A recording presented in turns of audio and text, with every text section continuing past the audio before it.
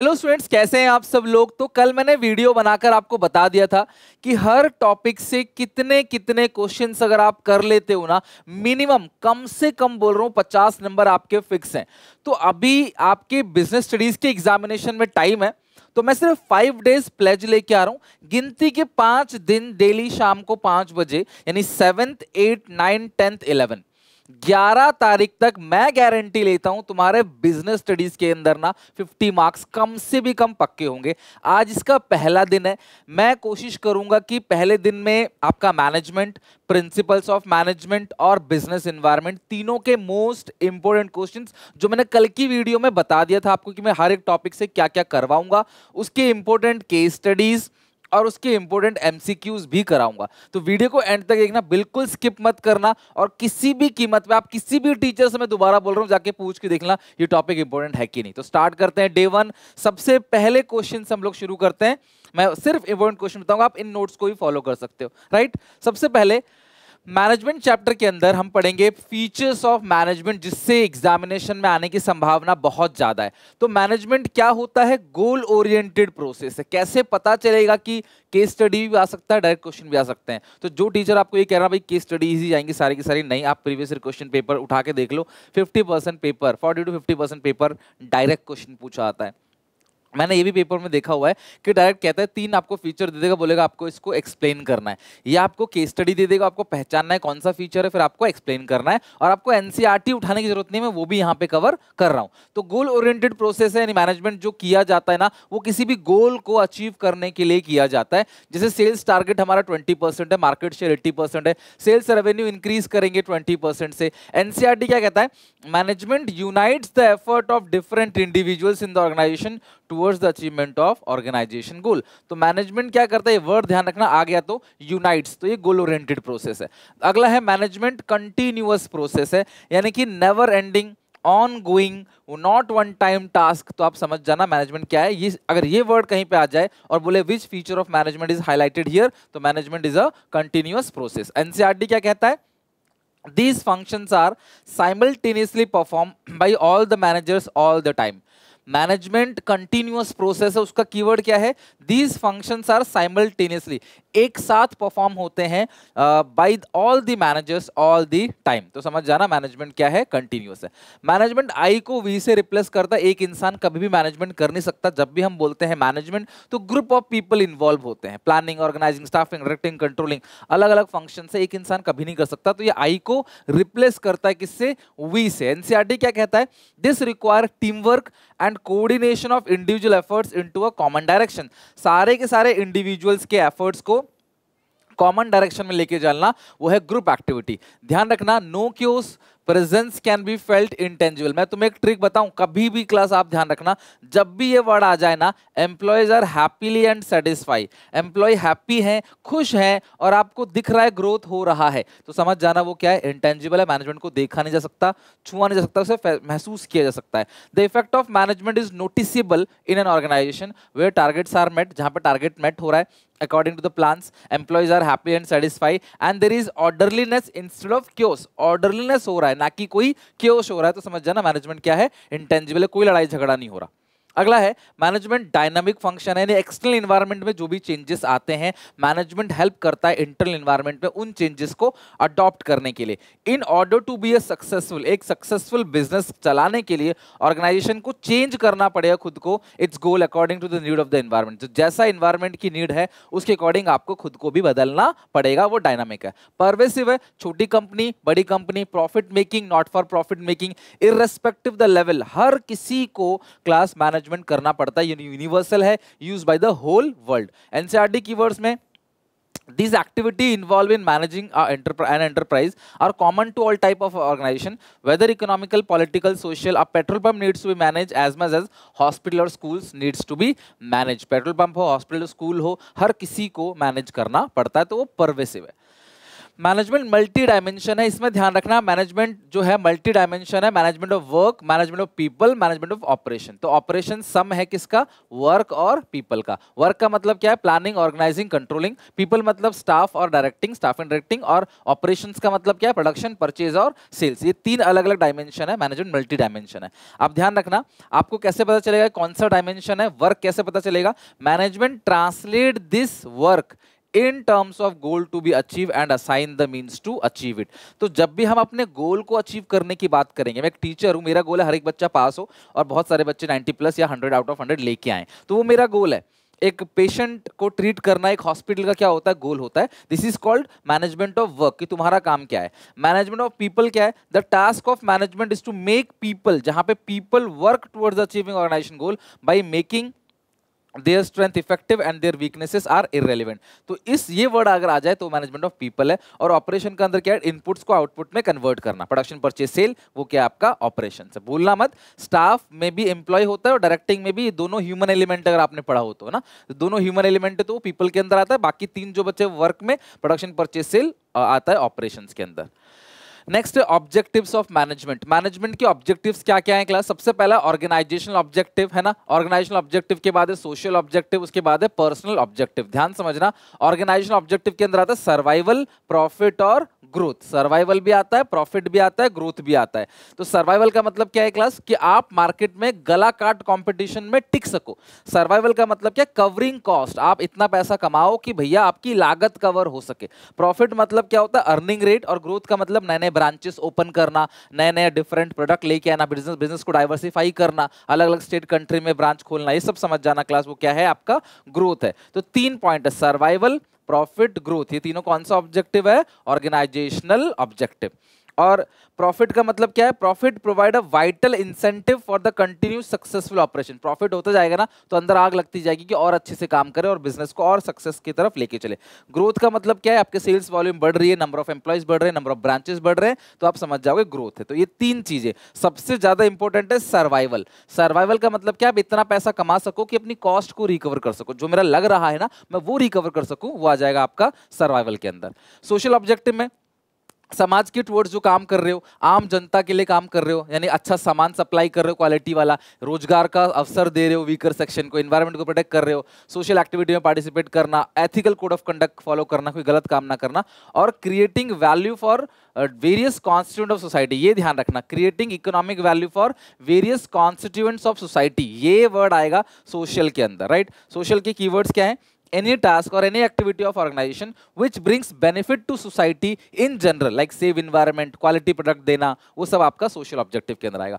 और personal objective के अंदर आपको अच्छी सैलरी मिलना, आपकी respect recognition, healthy working condition, और आपका personal growth और development हो, जहां पे एम्प्लॉय का खुद का फायदा हो, चाहे एम्प्लॉय के बच्चों के लिए वो कोई स्कूल खुलवा रहे हैं, एम्प्लॉय के बच्चों के लिए वो क्रच खुलवा रहे हैं, तो एम्प्लॉइज के लिए जो किया जा रहा है, खुद के लिए जो कंपनी कर रही है, अपने अपने ऊपर अपने आप को ट्रेनिंग देना, वर्कर्स को ट्रेनिंग देना, अच्छी सैलरी देना, ये सारी चीजें किसके अंदर आता है, आपका पर्सनल ऑब्जेक्टिव के अंदर।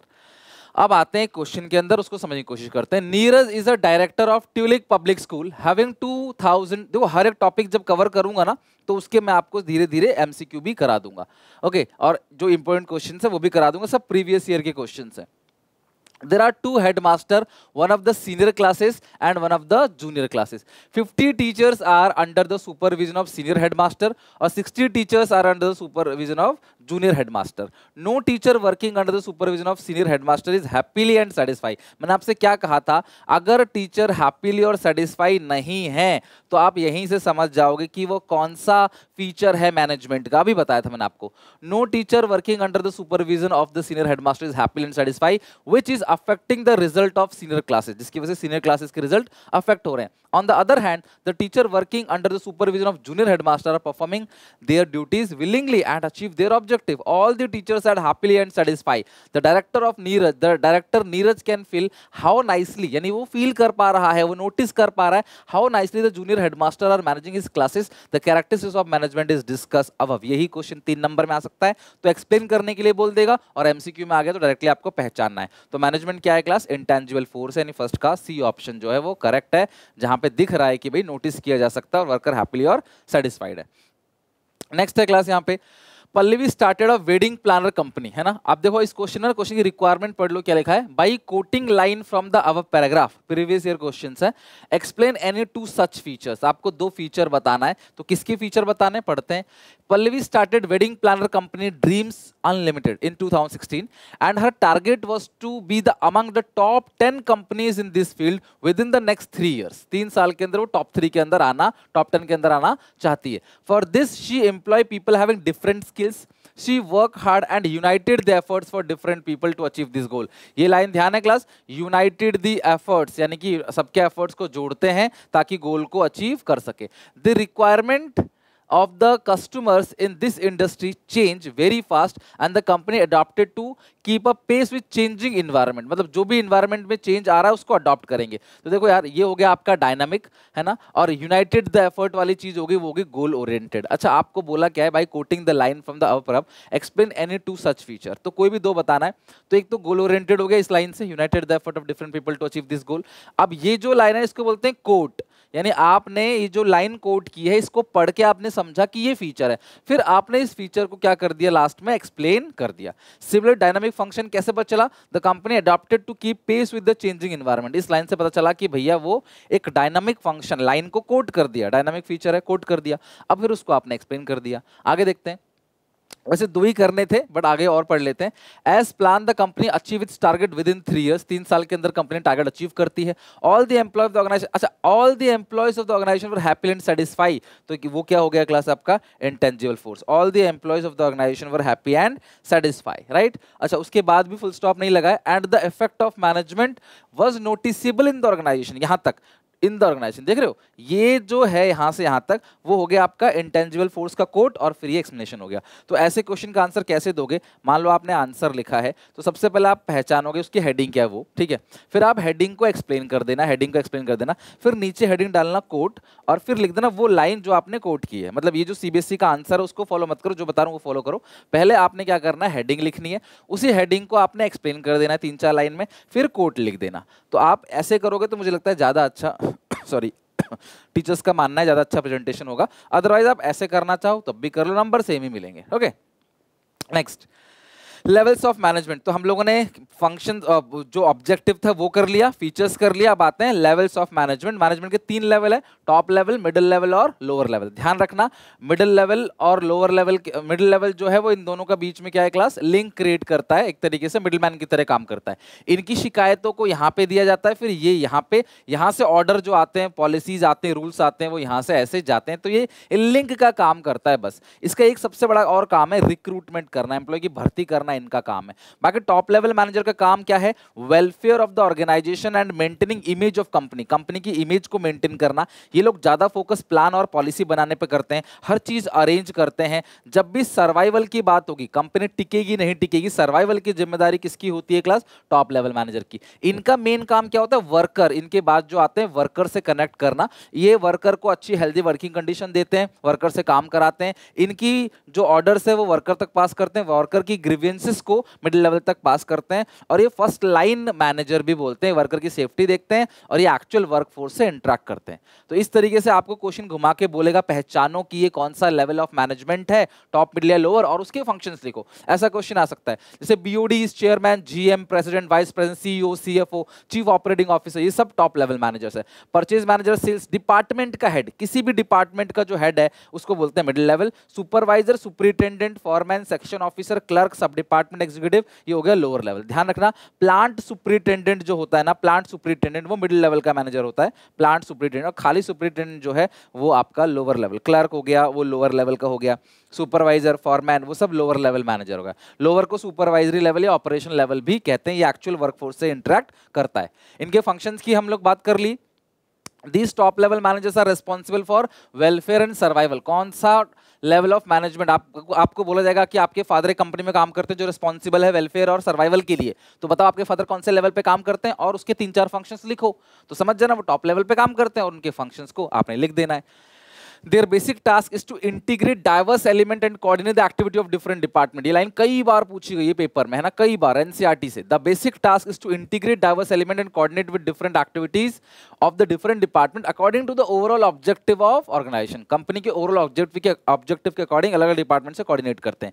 They are responsible for all the activities of business जो सोसाइटी पे इम्पैक्ट डालेगा. वो सारे एक्टिविटी जो समाज के ऊपर इम्पैक्ट डाल रहा है उस पर भी ध्यान रखते हैं. मिडिल लेवल मैनेजमेंट कोऑपरेट करता है अदर डिपार्टमेंट से for smooth functioning of organization, smooth चल सके. और लोअर लेवल मैनेजमेंट जो है वो आउटपुट की क्वालिटी को मेंटेन करता है, वेस्टेज को मिनिमाइज करेगा और वर्कर की सेफ्टी स्टैंडर्ड्स को भी मेंटेन करता है. ओके. अब after completing his MBA degree Aman join multinational company Geovia limited. ठीक है. और his job demands long hours of commitment to the organization. He is responsible of integrating diverse element and coordinating all the activities of the department which impact on society. अभी तो बताया था, आप बताओ, बता दिया कि नहीं बता दिया आपने? आप सबके मन में आ गया होगा, हाँ सर ये टॉप लेवल मैनेजमेंट है. तो identify the level of management at which Aman join. तो Aman is join for top level management. State any 2 functions, कोई भी 2 फंक्शंस आपको उसके लिखने. 2022-23 का मेन पेपर में सवाल पूछा गया है. सोचो कितना आसान है, कितना आसान है. फंक्शंस क्या है? रिसोर्सेज को अरेंज करना, सरकार से कनेक्शन बनाना, मिडिल लेवल के लिए रूल पॉलिसी बनाना, कंपनी के लिए पूरी की पूरी पॉलिसी, कंपनी के ऑब्जेक्टिव को डिसाइड करना. कितने काम है. मिडिल लेवल की एक्टिविटी पे नजर रखना, कितने सारे काम है. तो यार आप अगर पढ़े हुए चलोगे ना, मेरे कहने पे सब पेपर के क्वेश्चंस हैं और आपको कोई भी 2 लिखने हैं, एनी 2. तो यार ये बहुत इंपॉर्टेंट बता रहा हूँ. टाइम लगेगा लेकिन यकीन मानो 5 दिन अगर आप तन मन धन से 2-2 घंटा डेली दे दोगे ना, इतना कह सकते हो कि भाई मैं फेल किसी कीमत पे नहीं होऊंगा. 50 नंबर 80 में से आएंगे, 20 प्रैक्टिकल में, 70 नंबर मेरे कहीं नहीं गए. 70 65 70 कहीं नहीं गए, 65 to 70. और अभी फिर एग्जाम के गैप में देखना तुम्हारी कैसी तैयारी कराऊंगा, पूरे के पूरे सिलेबस की 2-2 बार और रिविजन कराऊंगा. तो मैं ऐसा करके तैयार करके भेजूंगा ना, तुम एग्जामिनेशन में पेपर को हलवा समझोगे, फटाफट निपटा दोगे, कुछ नहीं समझोगे उसको. लेकिन उसके लिए क्लास आपको पढ़ना पड़ेगा, एंड तक देखना पड़ेगा. तीसरी चीज जो इस चैप्टर में इंपॉर्टेंट है वो है coordination. Integration of the efforts of group members so that to provide unity of action to achieve organisation goal. जहां भी केस स्टडी में ना तुम्हें ये वर्ड लिखा जाए, quality of management, binding force, remove chaos and confusion, remove overlapping, ego satisfaction, synchronization, most important word, synchronization, essence of management, unification, integration of all the activities of department. समझ जाना वो बात कर रहा है कोऑर्डिनेशन की. एनसीईआरटी क्या कहता है? Coordination is the force that bind all the other function of management. Coordination जो है ना वो एसेंस है. Coordination is the 6th function of management. Coordination is the most important function of management. तो ये सबको बाइंड करके रखता है, सारे लेवल के बीच में, सारे फंक्शंस के बीच में कोऑर्डिनेशन जो है वो जरूरी है. This provide requisite amount, quality, timing and sequence of effort which ensure that plan objectives are achieved with minimum conflict. जहां पे conflict कम से कम हो, जहां पे तालमेल रहता है ना, वहां कोऑर्डिनेशन रहता है तो लाइफ झगड़ा नहीं होता. The absence of coordination से overlapping होगा, chaos होगा, ना कि हार्मनी और इंटीग्रेशन होगा. Coordination there is not a separate function of management but it is very essential. एक अलग से फंक्शंस तो नहीं है बट सारे फंक्शन को चलाने के लिए ये जरूरी है. तो कोऑर्डिनेशन एसेंस ऑफ मैनेजमेंट है, यानी कि कोऑर्डिनेशन सारे फंक्शंस में चाहिए, सारे लेवल में चाहिए. और कोऑर्डिनेशन मोस्ट इंपोर्टेंट फंक्शन है किसका? मैनेजमेंट का नहीं, of an organization. True false में ध्यान रखना, ऑफ मैनेजमेंट नहीं लिखा है. Coordination is the most function, important function of organization है. इंपोर्टेंस की बात करें, ग्रोथ इन साइज, कंपनी जितनी ज्यादा बड़ी होगी कोऑर्डिनेशन की जरूरत उतनी ज्यादा होगी. अलग अलग लोग अलग अलग फंक्शंस करते हैं तो कहीं उन्हें ऐसा ना लगे कि यार कि हमारी वजह से कंपनी चल रही है. तो एक तरीके से जो ईगो सेटिस्फैक्शन है वर्कर का वो करता है, यानी कि अलग अलग लोगों को जोड़ता है. भले वो अलग अलग काम कर रहे हैं पर एक ही ब्रांच के हैं, ये एहसास दिलाता है कोऑर्डिनेशन. अगला है स्पेशलाइजेशन. हर एक डिपार्टमेंट में एक्सपर्ट्स होते हैं, उनको लगता है हमारी वजह से कंपनी चल रही है, हम ही सब कुछ है, तो उनका ईगो सेटिस्फाई करता है और क्लास उन सबके बीच में तालमेल लेके आता है. कोऑर्डिनेशन सबसे ज्यादा जरूरी है, बिना इसके तो आपको मेरा पढ़ाया भी समझ नहीं आएगा, ना ही मुझे आपको पढ़ाने का मन करेगा. हर रिलेशनशिप में, हर कंपनी में, हर लेवल पे, हर फंक्शन में कोऑर्डिनेशन मस्ट है, तालमेल जरूरी है. इसके बिना क्लास ना रिलेशन चलता है ना क्लास कंपनी चलती है. एक और क्वेश्चन पे आते हैं. Top level management plans to entire organization. According to these plans, organization structure is developed and staff. In order to ensure that these plans executed according to the plans, directing is required. Any discrepancy between the actual or realized activities are taken care of. Stage of controlling. तो ये पूरे पांचों functions की बात कर रहा है. Name and explain the process. आपको process बता रहा है जो highlighted above, which started at planning stage. जो planning से शुरू हो गया और class वो in इम्प्लिसिट और इनहेरिएंट है all the functions of management. एक कीवर्ड ये भी क्लास आप ऐड कर लो अपनी कॉपी में, लिख लो inherent of all the function of management, वो कोऑर्डिनेशन होता है। Coordination is the inherent of all the function of management. सारे फंक्शन में जरूरी है क्या? Coordination. The process by which a manager synchronise the activity of different department is known as coordination. Coordination the force that bind all the functions of management. It is common thread that run through all the activity. It is implicit and inherent of all the function of organisation. ये line लिखनी रहेगी ये class keywords के अंदर, please आप add कर लो। It is implicit and inherent in all the functions of an organisation. 22-23 के सैंपल पेपर का क्वेश्चन है, तो ये कोऑर्डिनेशन है, राइट। नाउ हमने मैनेजमेंट के सारे इंपॉर्टेंट क्वेश्चंस कर लिए जो जो बन सकते हैं मैक्स टू मैक्स। अब आते हैं प्रिंसिपल्स ऑफ मैनेजमेंट में। इसमें ना हेनरी फेयोल ने जो 14 प्रिंसिपल्स दिए हैं उनमें से मैं कुछ प्रिंसिपल करा रहा हूं जो मुझे लगे इंपॉर्टेंट है। पहला है डिसिप्लिन।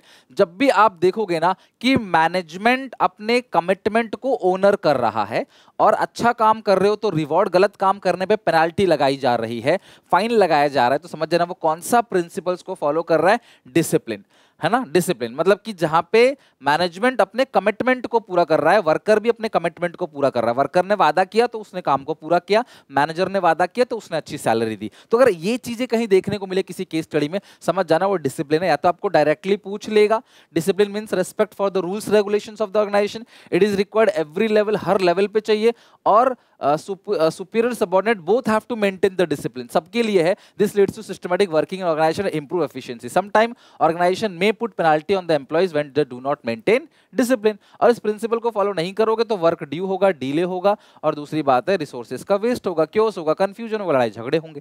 तो ये उसका क्लास वायलेशन है, वायलेशन का कॉन्सिक्वेंसेस है। कीवर्ड्स क्या है? रूल्स रेगुलेशन फ्रेम करना, एक कोड ऑफ कंडक्ट बना देना, काम कैसे करना है, कमिटमेंट को पूरा करना, प्रोमिसेस को पूरा करना, और पेनल्टी लगाना। ये मैंने बताई दिया आपको। ये चीज देख लोगे तो समझ जाना वो कौन सा प्रिंसिपल है, डिसिप्लिन है। नेक्स्ट है अपने बारे में नहीं सोचना है, कंपनी के बारे में सोचना है। घूस नहीं लेनी है, अपने भाई बहन रिश्तेदारों को कंपनी का महंगा टेंडर नहीं देना है, कंपनी का नुकसान नहीं कराना है। अपनी फैमिली फंक्शन में नहीं जाना कंपनी के काम को छोड़कर, है ना। कोई भी आपको एग्जाम्पलरी बिहेवियर शो करना है, आपको ब्राइब्स नहीं लेना। ऐसी भाषा जहां आ जाए समझ जाना subordination of individual interest to general interest. या फिर आपको ऐसा बोल दे कि आप सबसे ज्यादा सैलरी लेना चाहते हो पर काम सबसे कम करना चाहते हो, तो ये भी तो कंपनी के लिए क्या अपने बारे में सोच रहे हो, कंपनी के बारे में नहीं सोच रहे। तो कौन सा प्रिंसिपल वायलेट हो रहा है? Subordination of individual interest to general interest. Keywords क्या है? Organisation interest is more important than personal interest of employee. While taking decision manager must give priority to the benefit of organisation. Company को फायदा पहुंचाना है, not personal benefit. Employee should show exemplary behaviour. ये word कहीं आ जाए ना, employee should show exemplary behaviour, तो समझ जाना वो subordination of individual interest to general interest है। Try to achieve personal goal with organisation goal. Personal goal को अचीव करना है, ठीक है, लेकिन ऑर्गेनाइजेशन गोल के साथ, not by sacrificing organisation goal. Company अपना फायदा पहुंचाओ, कंपनी को फायदा पहुंचाते हुए। जैसे मैं चाहता हूं ग्रो करना, तो मैं तभी ग्रो करूंगा जब मैं आपका फायदा पहुंचाऊंगा, आपको रियली में कुछ पढ़ा के भेजूंगा और पढ़ा हुआ पेपर में आएगा, आपको सीखने को मिलेगा, तो आप भी ग्रो करोगे, मैं भी ग्रो करूंगा। लेकिन मैं अपने बारे में सोचूंगा तो क्लास ना आप ग्रो करोगे ना मैं ग्रो करूंगा, ठीक है। अगला है manager should not take unfair decision. कोई भी अनफेयर डिसीजन नहीं लेना चाहिए by taking bribe, by giving benefit to the relative, but decision must be for the benefit of organisation. Employee must sacrifice their leave, छुट्टियां sacrifice करो, family function को sacrifice करो company के लिए। तो समझ जाना सबऑर्डिनेशन ऑफ इंडिविजुअल इंटरेस्ट की बात हो रही है। आप एक्सप्लेन भी कर देना और कीवर्ड से पहचान लोगे। स्केलर चेन, यहां पे एक प्रॉब्लम आती है, डिले इन डिसीजन। डिसीजन लेने में देरी होती है, इंफॉर्मेशन देरी से पास होता है, बट इंफॉर्मेशन सबको मिल जाता है। ऊपर से नीचे आना हो या नीचे से ऊपर जाना हो, इंफॉर्मेशन लाइन बाय लाइन सबको मिलती है ताकि कोई बच ना जाए, कोई छूट ना जाए। और कोई इमरजेंसी होती है ना, तो आप किसी भी लेवल ऑफ मैनेजमेंट तक क्या कर सकते हो, उस इंफॉर्मेशन को पहुंचा सकते हो डायरेक्टली। इसको गैंग प्लैंक बोलते हैं, ठीक है, ताकि कम्युनिकेशन गैप जो है वो ना रहे। अगर आपने इसको फॉलो नहीं किया, वॉयलेट के इस प्रिंसिपल को, तो कम्युनिकेशन गैप भी रहेगा और क्लैरिटी नहीं रहेगी, कौन अथॉरिटी रिलेशनशिप यानी कौन बॉस है, कौन सबऑर्डिनेट है, कुछ पता नहीं रहेगा। कीवर्ड्स क्या है? Following line of authority, line of authority, chain of communication, hierarchy of managers communicating every information, report to your immediate boss only। ये लाइन भी इंपॉर्टेंट है, report to your immediate boss। तुम्हारी सारी टेंशन खत्म है indirect questions की, सारी tension सब कुछ लिख दिया, कोई बाहर नहीं। हर टॉपिक से जो जो पूछा गया आज तक, जो पूछा जा सकता है, तुम्हें पेपर में सेम चीज देखने को मिलेगी। तुम गारंटी से पहला पेपर दे के आ जाना बीएसटी का, बस उसके बाद तुम आगे खुद बोलोगे सर आपने जो पढ़ाया वही आया। Spirit D cops, unity strength, individual इंसान को टारगेट मत दो, सबका ग्रुप बना के ग्रुप का टारगेट दो, ग्रुप गोल जो है ना वो इजीली अचीव होता है। यूनिटी स्ट्रेंथ ये कहता है आई को वी से रिप्लेस करो, यूनिटी स्ट्रेंथ। अब बच्चे बोलते सर हम कंफ्यूज हो जाएंगे, आई को वी से रिप्लेस करो तो ग्रुप एक्टिविटी के अंदर भी था, तो भैया वो चैप्टर 1 का था, वो था विच फीचर ऑफ मैनेजमेंट आई को वी से रिप्लेस करता है, वो ग्रुप एक्टिविटी है। ये बोलेगा विच प्रिंसिपल ऑफ मैनेजमेंट, तो वो एस्पिरिट डी कॉप से, तो फीचर और प्रिंसिपल अलग अलग है ना भाई, कंफ्यूज क्यों हो गए। टीम स्पिरिट को प्रमोट करता है, work with team spirit, unity strength, follow करता है principle united we stand, divide we fall. अगर हम बटेंगे तो गिरेंगे, एक साथ रहेंगे तो खड़े होंगे।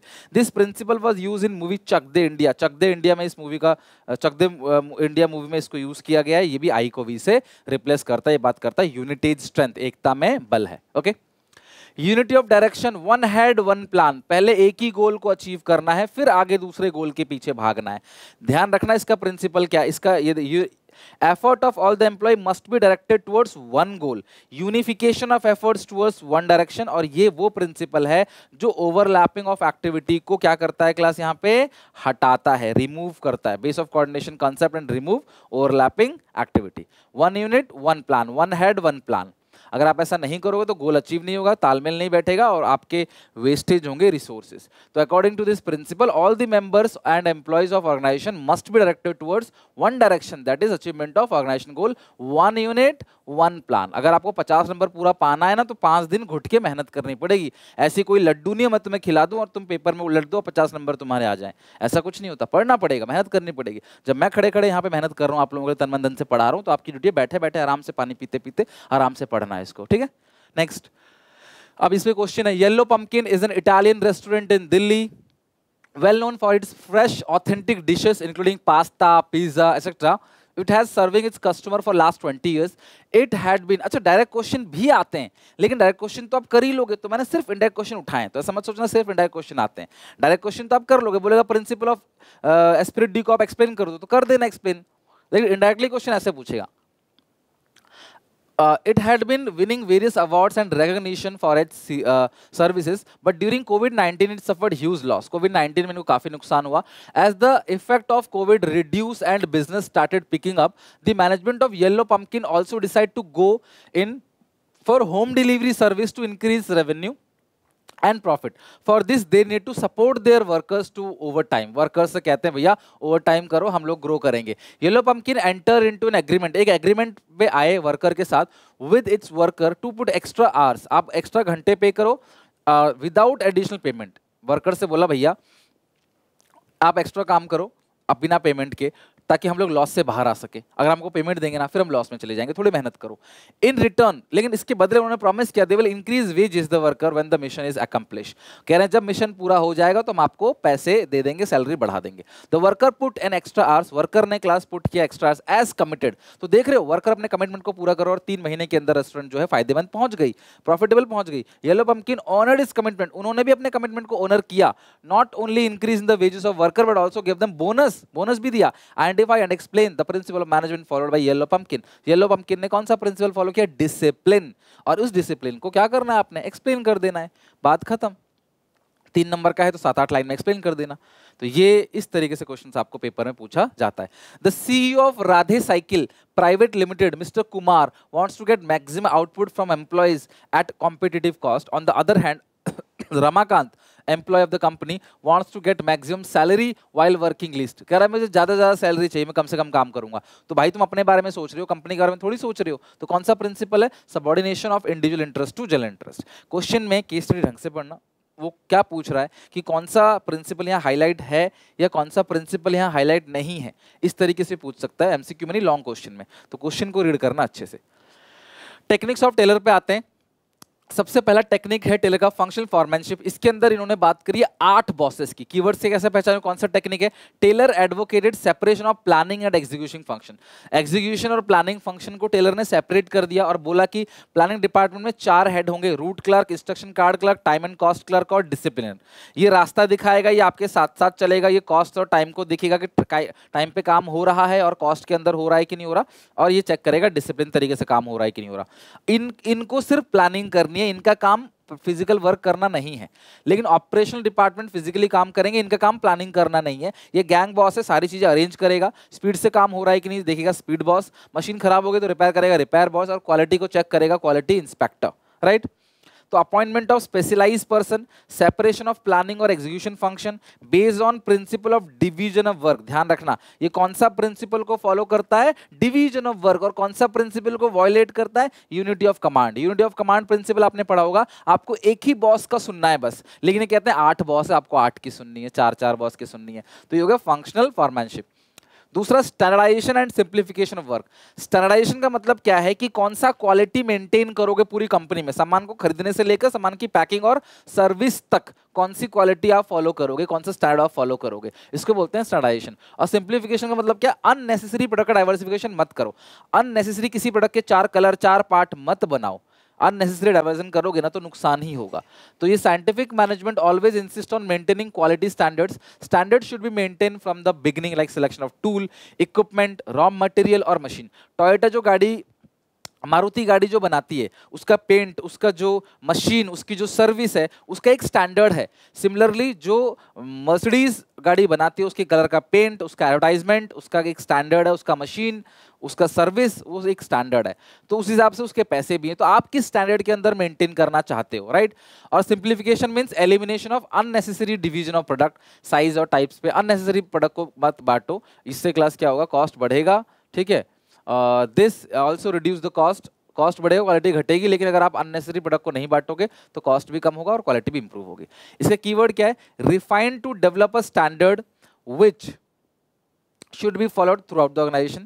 Benchmarking are aim at standardizing work. Standardization refers to the process of setting standards for every business activity. The standards are benchmarks which must be adhered to during production. Production करते वक्त इन standards को follow करना है। Keywords क्या है, bring uniformity and setting a quality standard from selection of raw material. Allows interchangeability, एक ऐसा cell जो हर एक मोबाइल फोन में लग जाए, एक ऐसी बैटरी जो हर डिवाइस में लग जाए, उसको बोलते हैं allows interchangeability. To reduce unnecessary line of product, ये कौन सा टेक्निक है ऑफ साइंटिफिक मैनेजमेंट, वो standardisation and simplification of work. जब तक साइंटिफिक वर्ड ना यूज करे तो आप कौन से प्रिंसिपल बताते हो, जनरल प्रिंसिपल। जहां साइंटिफिक वर्ड यूज कर देगा तो टेलर की बात हो रही है, समझ लो। वर्क स्टडी के अंदर 4 स्टडी है, इन चारों स्टडी को हम लोग पढ़ेंगे। फैटिग स्टडी क्या होता है, to find out the number of rest interval, कितना रेस्ट इंटरवल दोगे, कितनी फ्रीक्वेंसी में दोगे, उसको बोलते हैं आपका फैटिग स्टडी। वर्कर काम करते करते थक जाता है तो सारे वर्कर पे नजर रखो, कैमरा लेके, स्टॉप वॉच लेके, और देखो वर्कर कब से थक रहा है, और जैसे थकना स्टार्ट करे ना, उस सारे वर्कर का एवरेज टाइम लेके आप ब्रेक दे दो, और जब से फिर वो खुश होना स्टार्ट हो जाए उतने टाइम का आपको ब्रेक देना है। ये मालिक डिसाइड नहीं करेगा, ये वर्कर के ऑब्जर्वेशन किया जाएगा, एक्सपेरिमेंट किया जाएगा हजारों वर्कर पे, और फिर डिसाइड किया जाएगा कि भाई आपका ब्रेक कितनी बार होगा, कितनी देर के लिए होगा, right. This is called fatigue study, थकान अध्ययन। मेथड स्टडी, टेलर कहता है सारे मेथड से काम करो और जो सबसे बेस्ट मेथड हो सब पे वही अप्लाई कर दो। Taylor devise the concept of assembly line by using this method. ध्यान रखना असेंबली लाइन का जो कॉन्सेप्ट है वो मेथड स्टडी से ही क्लास बनाया गया है। The best way of doing job, one best method, ऐसी भाषा केस स्टडी के अंदर मिलेगी। Selection of method which minimise the cost and maximise the quality satisfaction of consumer. Devising the concept of assembly line, ये चीजें कौन से study के अंदर आता है, मेथड स्टडी। तीसरा time study, the objective of time study is to determine the number of workers are employed. तुम्हें कितने वर्कर की जरूरत है ये कौन सी स्टडी से पता चलेगा, टाइम स्टडी से। स्टैंडर्ड टाइम किसी काम को करने का कितना है और उस हिसाब से हमें कितने वर्कर लगेंगे ताकि एक दिन में इतना काम हो जाए, वो टाइम स्टडी से पता चलता है। To find out standard time of performing a job, to set standard target of workers, to determine the number of workers to be employed. To determine the number of workers to be employed, ये कौन सा technique के अंदर आता है, आपका time study के अंदर।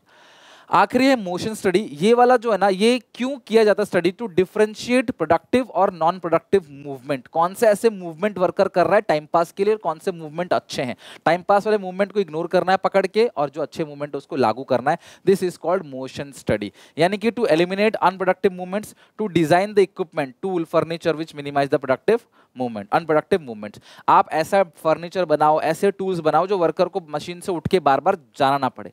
अगर वर्कर को बार बार मशीन से उठ के जाना पड़ रहा है तो वो टाइम वेस्ट हो रहा है और जाने आने का एनर्जी वेस्ट हो रही है, वो हो गया अनप्रोडक्टिव मूवमेंट। उसको क्लास क्या करना है, रोकना है। क्वेश्चन पे आते हैं।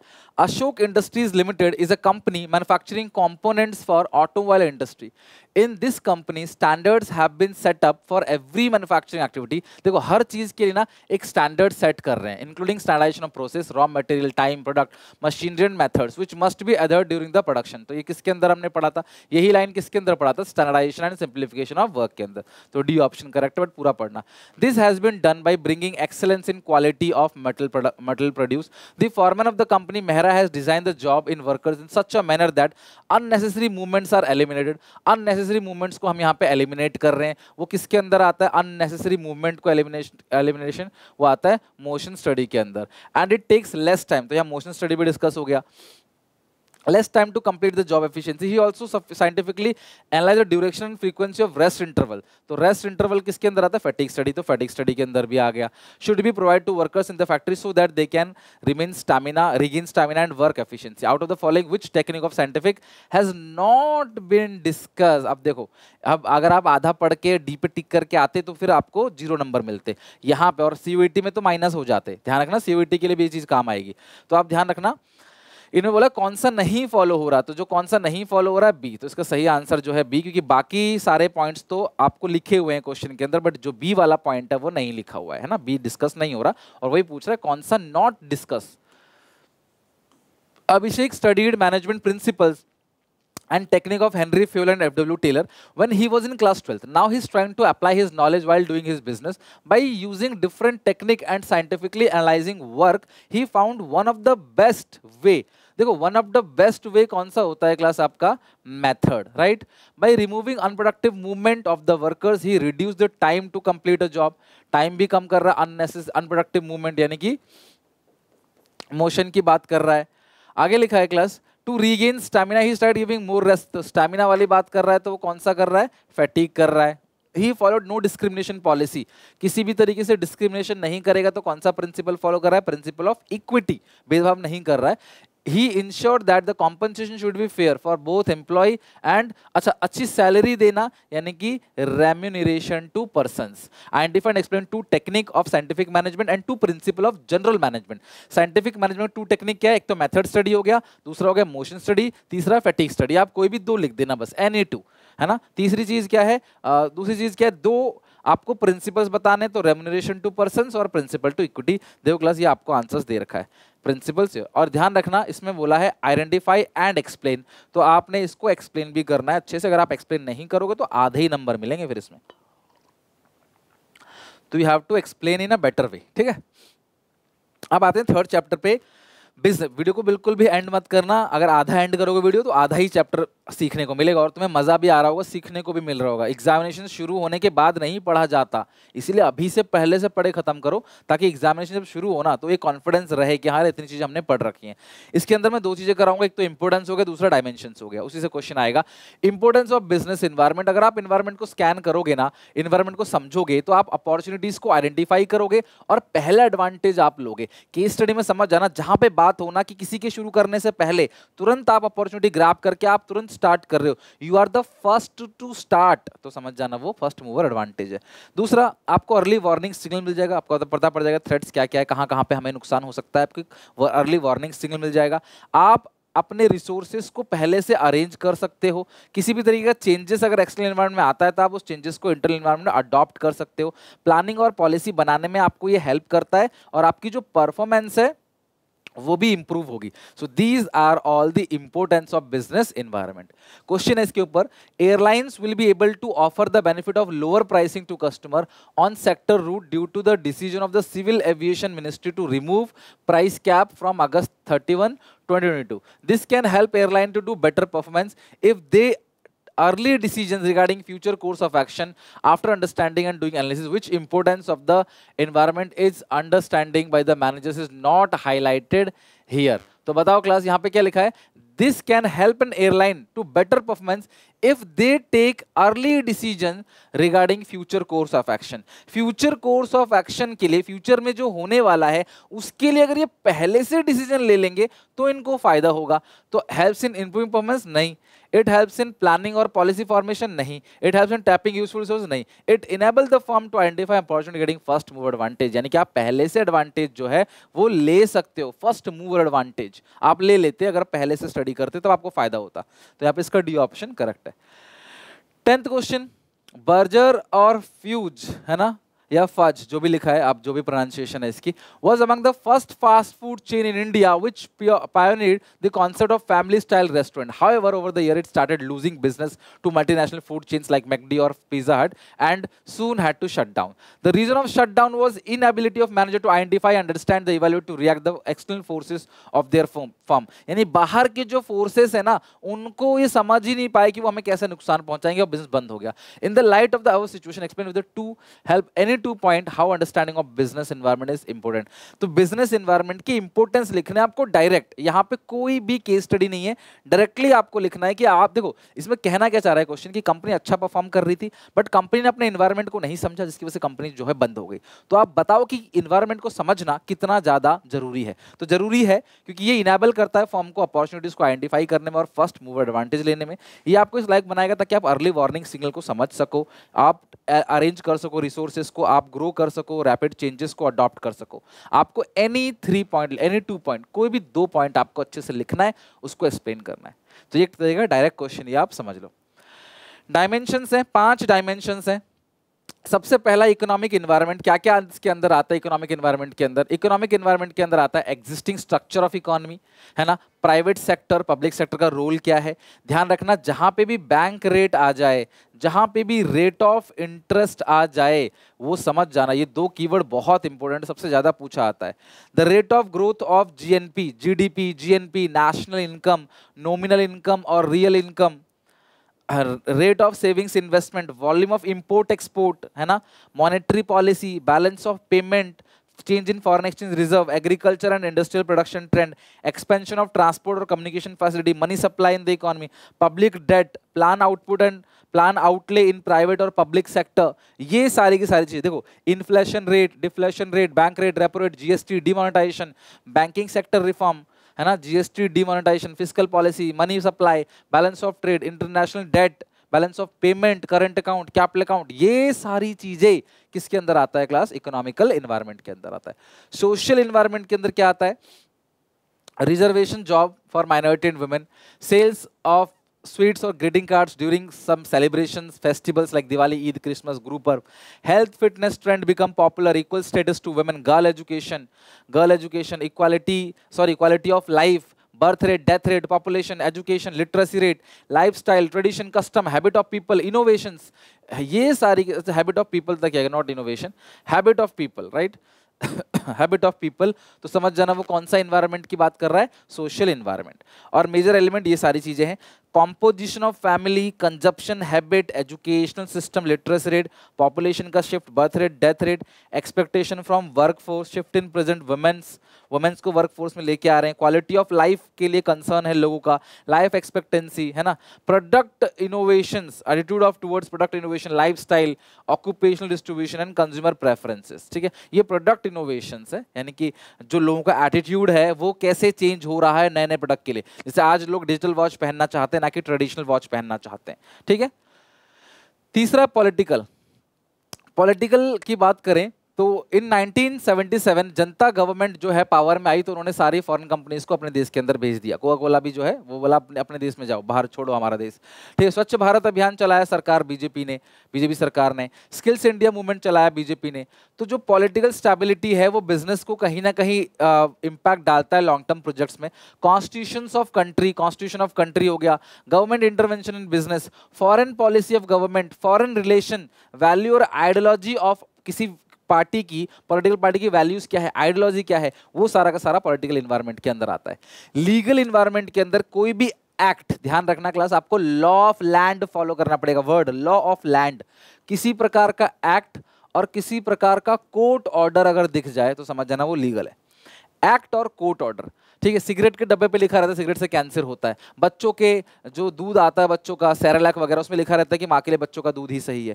Advertisement of alcoholic product, TV में सिगरेट पीते हैं जब हीरो हीरोइन या कोई भी आदमी, तो नीचे लिखा रहता है स्मोकिंग से कैंसर होता है. ये जो वार्निंग मिलती है ना, स्टैट्यूटरी वार्निंग, वो है लीगल एनवायरनमेंट. आपको उसको फॉलो करना ही पड़ेगा. किसी भी तरीके का लॉ और लेजिस्लेटिव एक्ट, फेरा act, FEMA act, factories act, industries act, trade union act, वो सारी की सारी चीजें, फॉरेन जो भी एक्ट बने हुए हैं वो लीगल एनवायरनमेंट है. और जब आप अपडेट करते हो टेक्नोलॉजी को, लाइक आप सोशल मीडिया के थ्रू आजकल आप टीवी पे एडवर्टाइजमेंट देखते हो, इंटरनेट पे एडवर्टाइजमेंट देखते हो, सोशल मीडिया का दौर चल रहा है तो उस पे लोग ऐड डालते हैं आजकल, इंस्टाग्राम पे, गूगल पे, है ना, एडसेंस डाल के।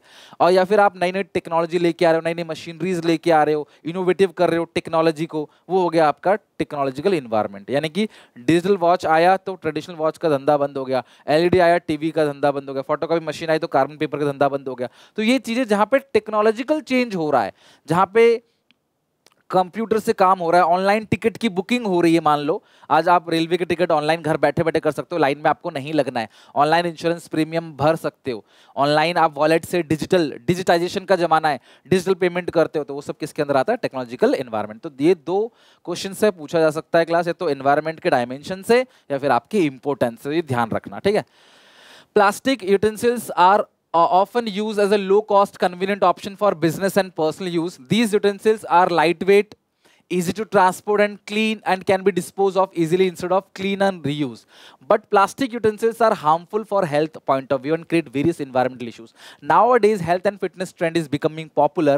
People are looking for different alternative and started opting paper-made steel glass utensils, which have tremendously increased the demand for these products. The above paragraph discuss an important dimensions. तो बताओ कौन से dimensions की बात कर रहा है? Economical, social, technological, political. तो बताओ class, people different alternative have started opting paper-made steel glass utensils which has tremendously increased the demand for these products. देखो आप environmental issues की बात कर रहे हो, आप कह रहे हो भी हमारे environment पे उसका जो है वो गलत असर नहीं पड़ना चाहिए, harmful product है, तो आप ये क्या कर रहे हो? social environment। आप किसकी बात कर रहे हो? कौन से dimensions की बात कर रहे हो? social environment, यानी कि क्वेश्चन 11 का बी ऑप्शन सही है। ऐसे ही क्वेश्चन क्लास आपको बिना ऑप्शन के डायरेक्ट भी पूछ सकता है, एक्सप्लेन करने के लिए बोल देगा, या फिर क्लास आप इसको नॉर्मली टिक मार के लिख सकते हो, ठीक है। देखो हेल्थ और फिटनेस बताया था ना, हेल्थ और फिटनेस ट्रेंड किसके अंदर आता है? सोशल एनवायरनमेंट के अंदर आता है। That's it. तो हमने आज डे 1 के अंदर, बहुत लंबा मैंने नहीं चलाया इसको, लेकिन कोशिश करी कि डे 1 में आपको शुरू के 3 चैप्टर के इंपॉर्टेंट जो हाईली आस्क क्वेश्चन है, जो रिपीटेड क्वेश्चंस होते हैं एवरी ईयर के, वो करा सकूं with case study with MCQ.